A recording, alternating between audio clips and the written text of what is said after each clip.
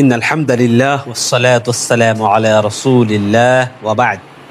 পুরাতন কোরআন শরীফ জ্বালানো কি জায়েজ আছে কিনা, পুরাতন কোরআন শরীফ জ্বালানো যাবে কিনা, এ ব্যাপারে ইসলাম কি বলে?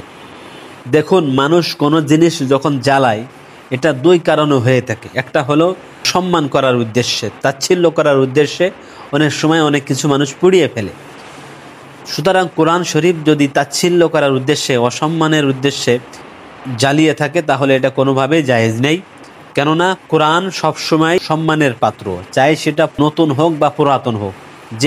কিন্তু যদি কোরআন শরীফ এতটাই পুরাতন হয়ে যায় যে পাতাগুলো বিচ্ছিন্ন হয়ে যায় অথবা ব্যবহারযোগ্য থাকে না, পড়ার মতো থাকে না, সংরক্ষণ করার কোনো ব্যবস্থা না থাকে, যার ফলে কোরআন মাজিদের অসম্মান হওয়ার সম্ভাবনা থাকে, তখন কোরআন শরীফকে অসম্মান থেকে বাঁচানোর জন্য কেউ যাতে কোরআন শরীফকে অসম্মান করতে না পারে, তাচ্ছিল্য করতে না পারে, এই জন্য কোরআন শরীফ জ্বালিয়ে ফেলা জায়েজ আছে। এর প্রমাণ কোরআন ও সুন্নাহর মধ্যে পাওয়া যায়।